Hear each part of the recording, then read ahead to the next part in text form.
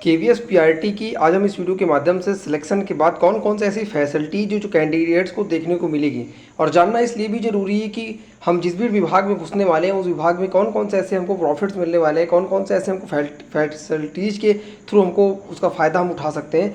इस वीडियो के माध्यम से मैं एक एक पॉइंट को डिटेल में क्लियर करने का प्रयास करूंगा और इसके बाद भी अगर कोई भी आपके दिमाग में क्वेरी बचती तो आप कमेंट कर सकते हो और कमेंट के बाद में रिप्लाई देने का प्रयास करूंगा।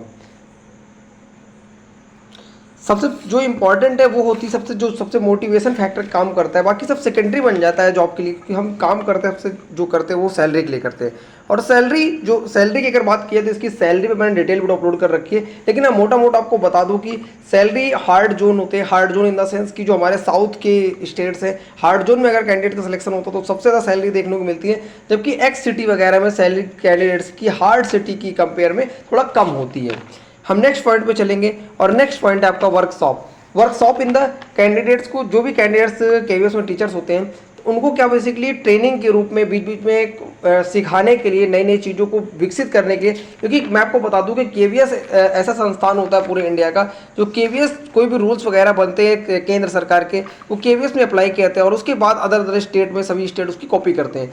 तो बेसिकली आपको बता दूँ कि वर्कशॉप के लिए कैंडिडेट्स को कहीं कहीं काफ़ी दूर जाना पड़ता है, कभी कभी क्या होता है कि आसपास ही जाना पड़ता है, तो उसको जो आने जाने का जो किराया वगैरह होता है अगर बहुत दूर तो आपको फ्लाइट वगैरह का सिस्टम जो चार्ज होगा वो पे करना गवर्नमेंट की तरफ से मिलता है। अगर आसपास है तो ट्रेन वगैरह का जो चार्ज होता है वो कैंडिडेट्स को कहीं ना कहीं मिलता है, तो ये भी कहीं ना कहीं आपको इसका फ्री होता है, कहीं ना कहीं आपको इसकी जो चार्जेज फी है वो आपको केवीएस जो है प्रोवाइड करती है।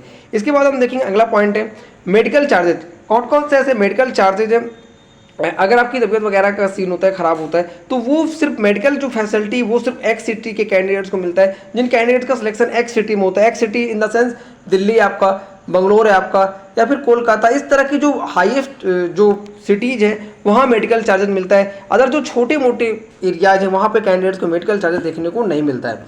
उसके बाद में नेक्स्ट पॉइंट पर डिस्कशन करूं मेडिकल लीव। देखिए मेडिकल लीव अगर आप सोचो कि मैं रूम पे या फिर अपने क्वार्टर में पढ़ा रहा हूं और मुझे उसका पैसा कहीं ना कहीं मिलता रहेगा तो वो बिल्कुल भी आपको देखने को नहीं मिलता है। क्यों? क्योंकि कैंडिडेट्स को मेडिकल लीव के रूप में कोई ऐसी छुट्टी नहीं प्रोवाइड की जाती है। अगर आप मेडिकल लीव लेते हैं तो आपकी सैलरी से कहीं ना कहीं काट लिया जाता है।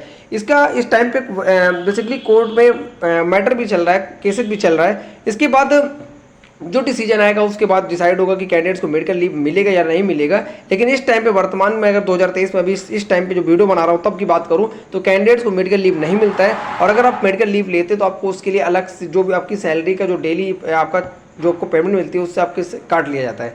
अगला पॉइंट में डिस्कशन करूँ एलटीसी क्या होता है? आपको केवीएस की तरफ से एक बार आपके घर आने जाने का किराया मिलता है। किराया इन द सेंस कि आपको अगर आप फ्लाइट से जाते हैं तो आपको फ्लाइट का चार्जेस मिलेगा, आप ट्रेन से अगर ट्रैवल करते हैं तो आपको ट्रेन का चार्जेस मिलता है। आपको उसकी टिकट वगैरह जो होती है वो आपको दिखानी पड़ती है आपको, उसके बाद आपको इसका जो है चार्जेस कहीं ना कहीं प्रोवाइड किया जाता है। ये फैसिलिटी सिर्फ कैंडिडेट्स को एक बार मिलता है। आपको पूरे इंडिया में कहीं भी पोस्टिंग है, आपकी डिस्टेंस घर से कितनी भी है, लेकिन आपको इसका चार्जेस एक बार आपको आने जाने का किराया मिलता है। उसके बाद मैं डिस्कशन करूं क्वार्टर, क्योंकि ये जानना बहुत जरूरी है कि जहाँ पे हम रुकेंगे वहाँ के हमको रुकने के लिए क्वार्टर वगैरह मिलेगा या नहीं मिलेगा।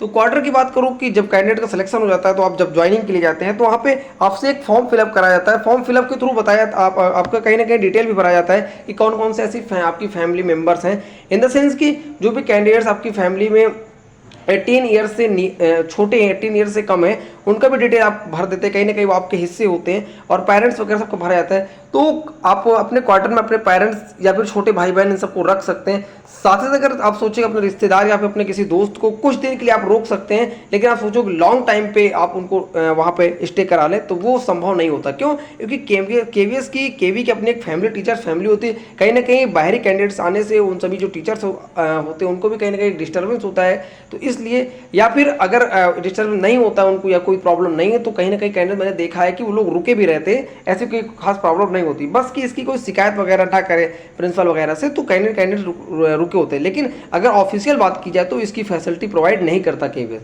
तो ये थी ओवरऑल केवीएस की जो आपको फैसिलिटी आफ्टर जॉब मिलने वाली है। ये कहीं ना कहीं मेरा वीडियो बनाने का पर्पज ये था कि आपको मोटिवेशन के रूप में काम करेगा।